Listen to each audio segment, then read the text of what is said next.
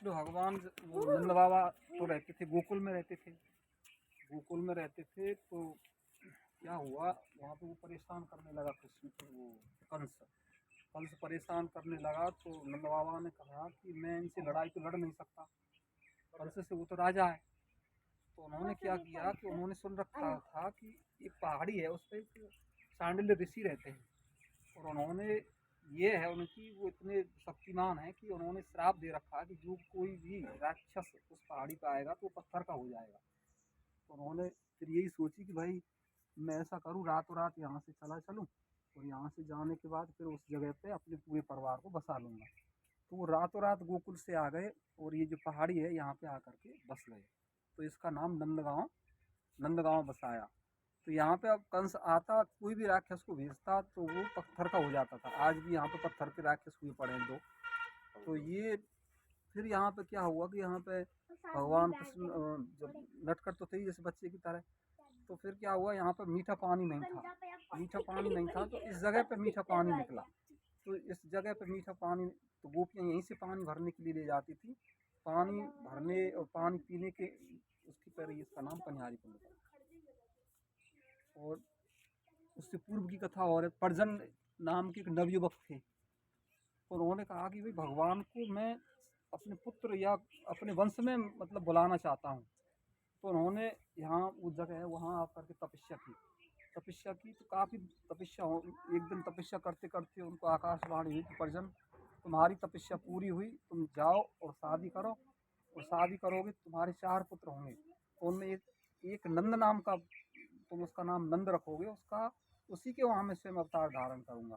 तो कालांतर में वो परजन ऋषि ने घर जाकर के अपनी शादी की। शादी करने के पश्चात फिर उनके नंद भी हुए। नंद की यहाँ पे फिर भगवान कृष्ण वहाँ पे ऋषि की वो है समाधि स्थली, उसको कर लिया। फिर एक यहाँ पे और एक कथा है। यहाँ पे वो थे, वो सखा थे हमारे नंदगांव के सखा थे। तो वो जावट ग्राम पड़ता है, वहाँ पे बहाने के लिए गए, शादी करने के लिए गए।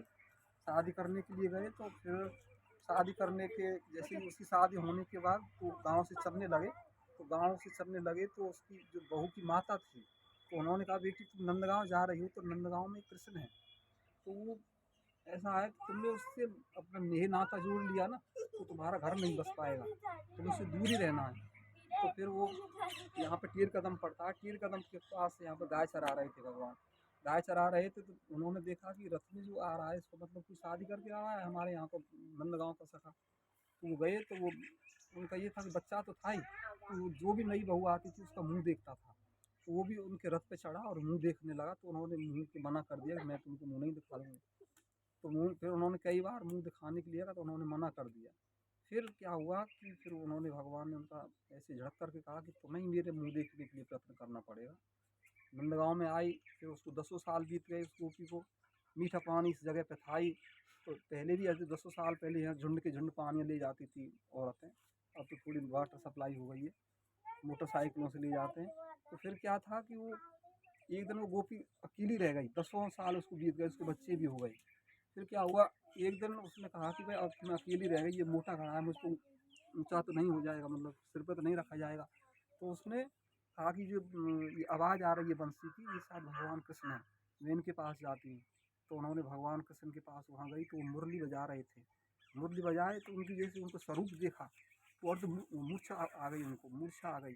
उन्होंने कहा कितना, जैसे उनके जो तेज़ था भगवान को सहन नहीं कर पाई गोपी। फिर कुछ देर उनको मूर्छा जागी, तो भगवान से कहा कि मेरा मटका है कृष्ण, तो मेरा मटका सिर पे रखा दे। तो भगवान उसका सिर पे सहारा लगा कर वो मटका के ऊपर रख लेते हैं। तो फिर वो रास्ते में जा रही थी, सोच रही थी कि कितनी अद्भुत छटा है जिसकी। वो 10 साल मैंने नंदगांव में रह करके ऐसे ही गुजार दिए, मेरे जीवन को धिक्कार है। तो उसने अपने नंदगांव में जाने के पश्चात उसी दिन अपने प्राणों को त्याग देती है। जिसका फिर पुनर्जन्म होता है तो मीराबाई के रूप में होता है। मीराबाई की कथा भी इसी स्थान से हुई। जी।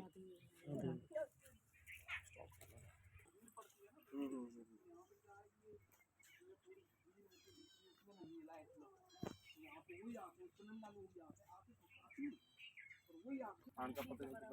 हाँ भाई, यहाँ पर काम हिसाब ही समझते रहते हैं, इसी जगह जगह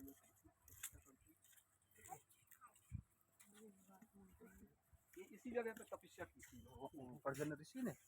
इसी जगह पे आकाशवाणी हुई पर्जन्य, तुम जाओ तुम्हारी तपस्या पूर्ण हुई और तुम शादी करो, तुम्हारे यहाँ नंद होगा, उसी के यहाँ में अवतार धारण करूँगा। और फिर इस पे रास भी होता है हमारे यहाँ भगवान, नित्य रास, पहले नहीं आज भी होता है रोजाना, भगवान तो रास ही कर रहे हैं ना। वो तो राशेश्वर है हमारे नंदगांव में जो भगवान है ना, वो नटखट, वो तो रास ही करता है। उन्हें संसार की कोई भी गतिविधि से मतलब नहीं है। वो तो एक कहते हैं ना, जाने से ही जाने परानंद संदूर, जो आनंद से भी बड़ा आनंद है ना, उसमें रसोबार रखते हैं अपने भक्तों को भगवान।